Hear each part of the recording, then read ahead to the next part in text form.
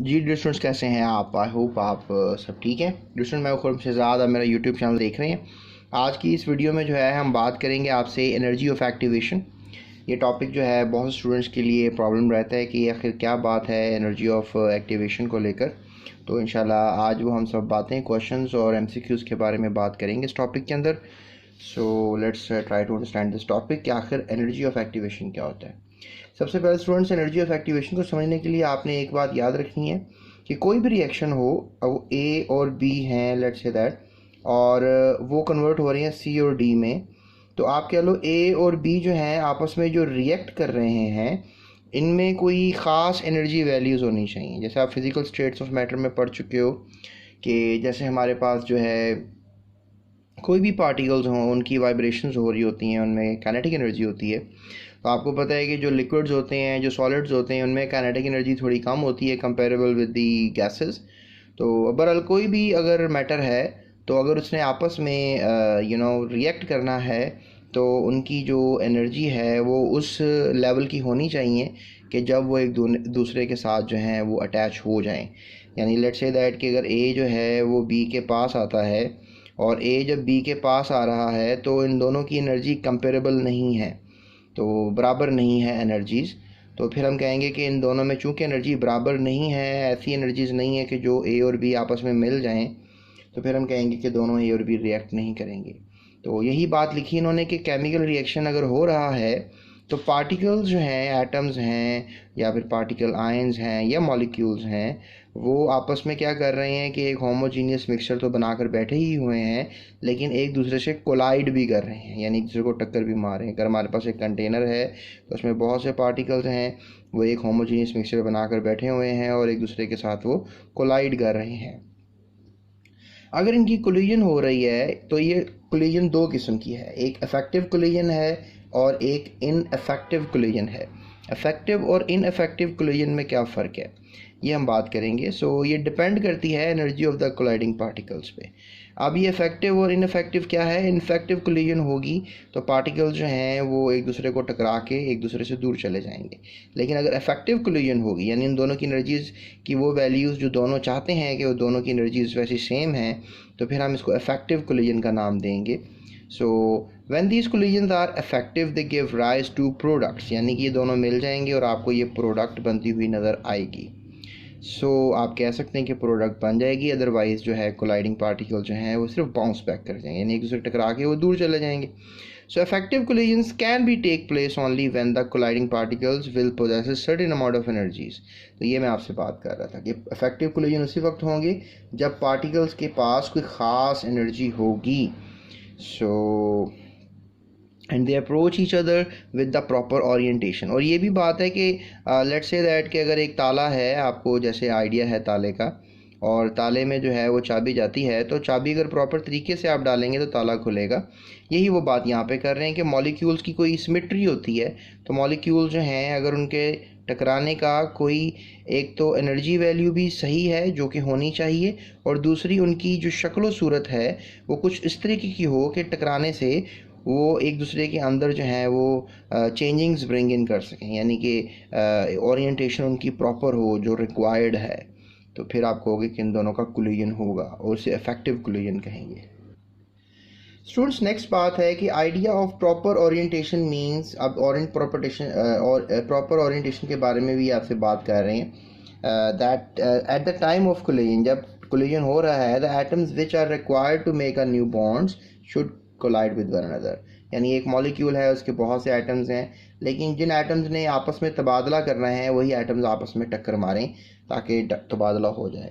तो यही है एक्टिवेशन ऑफ एनर्जी के मिनिमम अमाउंट ऑफ एनर्जी जो रिक्वायर्ड है इफेक्टिव कोलिजन के लिए, उसे एक्टिवेशन ऑफ एनर्जी कहेंगे। इस बात को हम एक और तरीके से समझ सकते हैं कि if all the collisions among the reacting species at a given temperature, कोई ख़ास टेम्परेचर पे ही बात होगी, क्योंकि आपको पता है कि टेम्परेचर के चेंज होने से जो इनकी फोर्सेस हैं, इनमें जो काइनेटिक एनर्जी है उसमें तब्दीली रोनुमा होती है। तो एक ख़ास गिवन टेम्परेचर पे ही काम कभी कभी होता है, यानी कि आपस में जो रिएक्टेंट्स हैं वो रिएक्ट करते हैं, इफेक्टिव कोलिजन्स करते हैं, इफेक्टिव ओरिएंटेशंस क्रिएट होती हैं। So if all the collisions among the reacting species at a given temperatures are effective in forming a products, यानी कि प्रोडक्ट बन रही हैं, so the reaction is completed in a very short time, तो फिर बहुत जल्दी काम हो जाएगा और रिएक्शन जल्दी से हो जाएगा। यानी नंबर ऑफ़ कोलिजन्स जो हैं वो बहुत ज़्यादा इफेक्टिव हो रही हैं, ज़्यादा मतलब अगर 10 कोलिजन्स हुई उसमें से 9 कोलिजन्स इफेक्टिव हैं और एक ही इनफेक्टिव है, तो फिर रिएक्शन फास्ट होगा।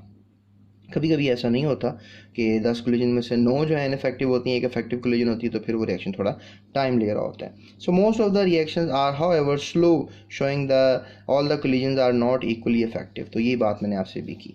सो let us study a reaction between a molecule. या हमारे पास एक मॉलिक्यूल है, लेट्स से 2 एटमों वाला मॉलिक्यूल है, ये दूसरा मॉलिक्यूल है, to form a new molecule A B, जाके ए बी बनाएं।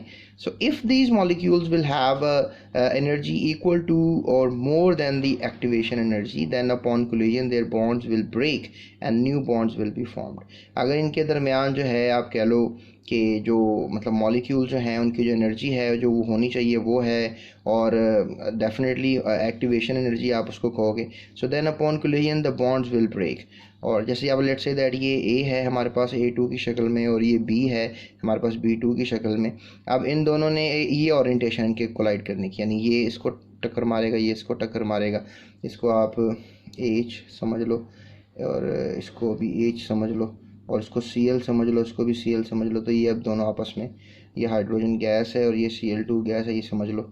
सो आपस में अब टक्कर मारेंगे। तो अब देखो ये एक आपके पास ये बॉन्ड अभी टूटने वाला है और ये नया बॉन्ड जो है एक एनर्जी जनरेट हो गई हुई है यहाँ पे। सो ये वाला बॉन्ड जो है कोवलेंट बॉन्ड है, ये नया कोवलेंट बॉन्ड अभी बनेगा, तो एक कॉम्प्लेक्स सा बन गया है। This is called the activated complex. तो ये एक्टिवेटेड कॉम्प्लेक्स की लाइफ बड़ी शॉर्ट सी होती है। फिर क्या होता है कि ये बॉन्ड ब्रेक हो जाते हैं, आप देख सकते हो पहले ये बॉन्ड थे अब यहाँ पर ये नहीं है। सो अब क्या हो रहा है कि आप देख सकते हो कि साइडों पे बॉन्ड चले गए, यानी अब जो H है और Cl है, यानी आप कह सकते हो कि HCl बन गया है और ये भी जो है वो HCl बन गया है। So that makes an idea of products. यहाँ पे इफेक्टिव कोलिजन हुआ, फिर कॉम्प्लेक्स बना, एक्टिवेटेड कॉम्प्लेक्स बना और फिर ये प्रोडक्ट में तब्दील हो गया। सो यहाँ पर देख सकते हो कोलिजन ऑफ मॉलिक्यूल्स, फिर कोलिजन ऑफ मॉलिक्यूल्स हुआ, फिर फॉर्मेशन ऑफ एक्टिवेटेड कॉम्प्लेक्स हुआ और फिर फॉर्मेशन ऑफ प्रोडक्ट हो गया। So that makes an idea. उसके बाद activated complex is an unstable combination of all the atoms involved in the reaction. Activated complex में जो है डेफिनेटली एक अनस्टेबल कॉम्प्लेक्स है, ये भी स्टेबल नहीं रहेगा। इसमें एटम्स जो हैं डेफिनेटली रिएक्शन कर रहे हैं और वही कर रहे हैं जिनकी एनर्जी मैक्सिमम थी। So it is a short lived species. ये जो कॉम्प्लेक्स है ये शॉर्ट लिव्ड स्पीशी, में आपसे बात की अभी, डिकम्पोजेज इनटू द प्रोडक्ट्स, ये टूट जाएगी बहुत जल्दी immediately. So it has a transient existence. Transient existence क्या होती है कि ये रिएक्टेंट्स और ये प्रोडक्ट के दरमियान जो एक इनर वैल्यू हो, जैसे आप और आपके और मेरे दरमियान मोबाइल है आप कह लें, या कह लें कि लेट्स से दैट कि हमारे पास ये एक A पॉइंट है, ये B पॉइंट है, इनके दरमियान ये डॉट है, तो ये ट्रांजिशन स्टेट में है, यानी जो दरमियान में हो उसे आप ट्रांजिशन कह सकते हैं, इन बिटवीन जो हो। सो ये ट्रांजिशन स्टेट होगी या ट्रांजिएंट स्टेट होगी, आप इसको ये नाम दे सकते हो।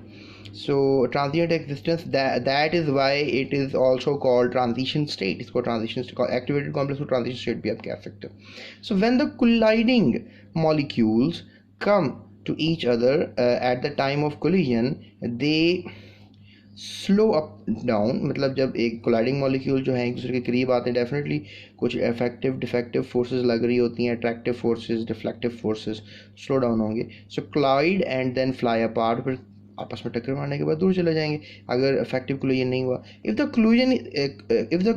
Collision is effective then the molecule flying apart are chemically different, otherwise the same molecules just bounce back. अगर डिफरेंट होंगे मतलब एटम्स, तो फिर तो एक दूसरे के साथ वो अट्रैक्ट करेंगे। अगर सेम एटम्स होंगे तो हो सकता है कि वो बाउंस बैक हो जाए। So when the molecule slow down just before the collision their kinetic energy decreases. और ऐसा ही होता है कि जब वो टक्कर से पहले कुछ मॉलिक्यूल्स जो हैं उनकी एनर्जी कम हो जाती है और स्लो डाउन हो जाते हैं, तो इसका साफ जाहिर है कि स्लो डाउन हुए तो काइनेटिक एनर्जी कम हो गई। So their kinetic energy decrease and this results in the corresponding corresponding increase in the potential energy. और रुके हुए पार्टिकल्स में एनर्जी पोटेंशियल हो जाएगी, यानी kinetic decrease, potential increase. So the process can be understood with the help of a graph of a reaction of potential energy and a kinetic energy। So reacting molecules को लेकर, सो ये हम graph को समझ लेते हैं. So the reactants reach at the peak of the curve to form a activated complex. Let's say that कि जो रिएक्टेंट्स हैं उनकी जो यहाँ पर हमने एनर्जी ली हुई है दैट इज़ पोटेंशियल एनर्जी. तो अब वो उनकी ये एनर्जी वैल्यू है, ठीक है. लेकिन अभी डेफिनेटली उनको जो है वो एनर्जी वैल्यू ये चाहिए. डेफिनेटली रिएक्टेंट्स की एनर्जी को इंक्रीज़ करेंगे और इंक्रीज़ करने के बाद वो अब आप कहोगे सर ये एनर्जी जो है कैसे यहाँ तक पहुँचेगी. तो वो टेम्परेचर ही डेफिनेटली इनकी एनर्जी को थोड़ा सा बढ़ाएगा. सो यहाँ पर एनर्जी आ जाएगी तो दोनों आपस में इफेक्टिव कोलिजन करेंगे और जब इफेक्टिव कोलिजन हो जाएगा तो डेफिनेटली प्रोडक्ट बन जाएंगी. तो उनकी एनर्जी जो है वो क्या हो सकती है, कम हो सकती है, यानी कि वो यहाँ पर आ सकती है एनर्जी. पहले रिएक्टिंग सब्सटेंसेस की एनर्जी पोटेंशियल एनर्जी ये थी, जब वो प्रोडक्ट बन गए टकराने के बाद तो उनकी एनर्जी कम हो गई. तो यहाँ से साबित हुआ कि रिएक्टेंट्स और प्रोडक्ट्स में अगर हमने देखा कि रिएक्टेंट्स जब प्रोडक्ट्स में गए तो उस एनर्जी डिफरेंस आया. यानी रिएक्टिंग बॉडीज़ के अंदर जो है मतलब हाइड्रोजन क्लोरीन थे, आगे प्रोडक्ट में भी हाइड्रोजन क्लोरीन ही है, लेकिन कुछ एनर्जी जो है वो क्या हो गई है, रिलीज़ हो गई है. Because it's an exothermic reaction. Reasons के पीछे ये कि रिएक्टेंट कुछ रिएक्टिंग बॉडीज़ ने हीट को बाहर निकाल दिया है, फिर वो डेफिनेटली प्रोडक्ट बन गई है और प्रोडक्ट की एनर्जी कम है. So you can say that आपने ये भी पढ़ा होगा कि इलेक्ट्रॉन्स जो हैं या पार्टिकल्स हैं they always lower their energies. तो यहाँ पर आप देख सकते हो समहाउ एनर्जी लोअरिंग हुई है, इलेक्ट्रॉन्स ने एनर्जी रिलीज़ की है. यहाँ हायर ऑर्बिटल स्टेट होगी इलेक्ट्रॉन्स की इस एटम्स में, ठीक है, और उन्होंने क्या कर लिया, ख़ुद को लोअर ऑर्बिटल स्टेट्स में ले आए हैं और वो ज़्यादा स्टेबल हो गए हैं. So that makes an idea. और डेफिनेटली यही एक वजह थी उनके रिएक्ट करने की भी. तो ये ग्राफ हमें समझाता है. इसे एक्टिवेशन एनर्जी भी कहते हैं, यहाँ तक जो एनर्जी रिक्वायर्ड है इन दोनों बॉडीज़ को ए और बी को रिएक्ट करने के लिए. और बाद में फिर ये एनर्जी डेफिनेटली कम हो रही है with the passage of time. Potential energy product की कम हो रही है एंड चेंज को हम डेल्टा एच कहते हैं. और ये नेगेटिव एंथैल्पी होगी. नेगेटिव एंथैल्पी मीन हीट बाहर आई है. हीट को जब बाहर आए तो उसको नेगेटिव एंथैल्पी से जाहिर किया जाता है. यहाँ इन्होंने फिलहाल नेगेटिव की बात तो नहीं की, मे बी टेक्स्ट में की, वो देख लेते हैं. So the reacting reach the peak of a curve, ये आप कर्व के पीक पे आ रहे हो, टू फॉर्म एक्टिवेटेड कॉम्प्लेक्स. सो ई ए, हम इसको एक्टिवेटेड कॉम्प्लेक्स को ई ए कह लेते हैं. So is the energy of activation. उसको अब ई ए चाहिए, एनर्जी ऑफ एक्टिवेशन चाहिए उस कॉम्प्लेक्स को. So it appears to be a potential energy hill. इसको आप पोटेंशियल एनर्जी हिल भी कह सकते हैं. पहाड़ी के टॉप पे जाना है आपने, फिर टॉप पे जाने के बाद खुद नीचे आ जाओगे, जैसे पत्थर ऊपर लेके जा रहे हो, ठीक समझ रहे हो इस चीज़ को. So all the reacting and products, so only the colliding molecules with the proper activation energy will be able to climb up, ठीक है, will be able to climb up. सारे तो अपहिल नहीं जाएंगे ना, कुछ थोड़े बहुत ही अपहिल जाएंगे. So give products. So if the combined initial kinetic energy of the reactants is less than the activation energy, they will be unable to reach to the top hill. यानी ऐसे particle जिनके पास activation energy नहीं होगी तो definitely वो यहाँ तक तो नहीं आ सकेंगे. सो उनका रिएक्शन भी नहीं होगा. So and fall back chemically unchanged. और वो यहाँ पर आए बगैर, लेट से यहाँ तक आ गए, यहाँ तक आ गए तो वापस आ जाएंगे और वो रिएक्टिंग बॉडीज जो हैं वो रिएक्ट नहीं कर सकेंगी. So this potential energy diagram can also be study to heat evolve or heat absorb during a reaction. इस डायग्राम में भी आपको यही बताया जा रहा है कि हमारे पास जो है अब डेफिनेटली रिएक्टिंग बॉडीज़ का जो पोटेंशियल एनर्जी है बहुत कम है, फिर एक्टिवेटेड एनर्जी तो बहुत ज़्यादा है और वहाँ तक गए हैं. लेकिन प्रोडक्ट्स ने भी एनर्जी तो कम की है, लेकिन नो डाउट रिएक्टेंट की एनर्जी से ज़्यादा ही है.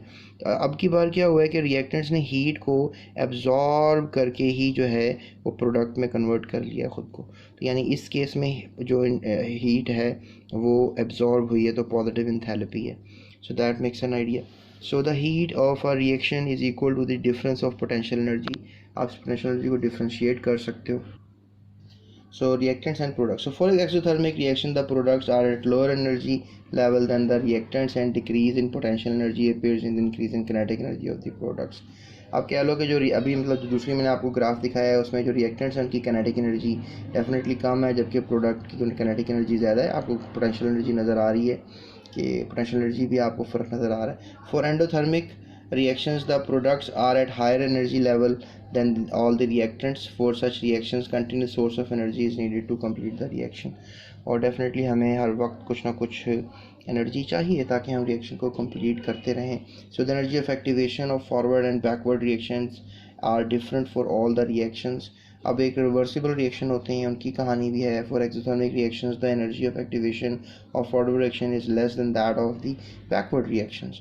सो while the reverse is true for the endothermic reactions. तो ये एंडो और एक्सोथर्मिक की कॉन्सेप्ट हमें आज क्लियर हुआ कि जो एक्सोथर्मिक रिएक्शंस होते हैं उनमें हीट एवॉल्व होती है, एंडोथर्मिक में हीट एब्जॉर्ब होती है. वो सारी चीज़ें रिएक्टिंग बॉडीज़ के ऊपर डिपेंड कर रही होती हैं. So energy of activation of a reaction provides a valuable information about the way a reaction takes place and thus help us to understand the reaction. और यही हमें जो थर्मोडायनामिक्स हैं हमें एक्सप्लेन करती हैं मज़ीद रिएक्शंस की कुछ करेक्टरिस्टिक्स के बारे में. सो ये तो स्टूडेंट्स आज का हमारा रिएक्शन. होप सो आपको समझ में आ गया होगा कि एक्टिवेशन एनर्जी क्या होती है, इफेक्टिव कोलिजन्स और इनफेक्टिव कोलिजन्स क्या होते हैं, और एक्टिवेशन एनर्जी के ग्राफ्स हमें क्या एक्सप्लेन कर रहे हैं. सो इसमें यही सवाल आता है, explain activation of energy, what is activation of energy, small short question आ जाता है. इसके अलावा ये ग्राफ आपको एमसीक्यू के तौर पर पूछा जा सकता है कि कौन सा एंडोथर्मिक ग्राफ है, कौन सा एक्सोथर्मिक ग्राफ है. तो मज़ीद वीडियोज़ के लिए इस चैनल के साथ बने रहिए और do subscribe my channel at the moment. और इसके अलावा आप इसको अपने दोस्तों के साथ शेयर भी कर सकते हैं. So that thank you so much. अपना ख्याल रखिएगा और इस चैनल का भी थैंक यू सो मच.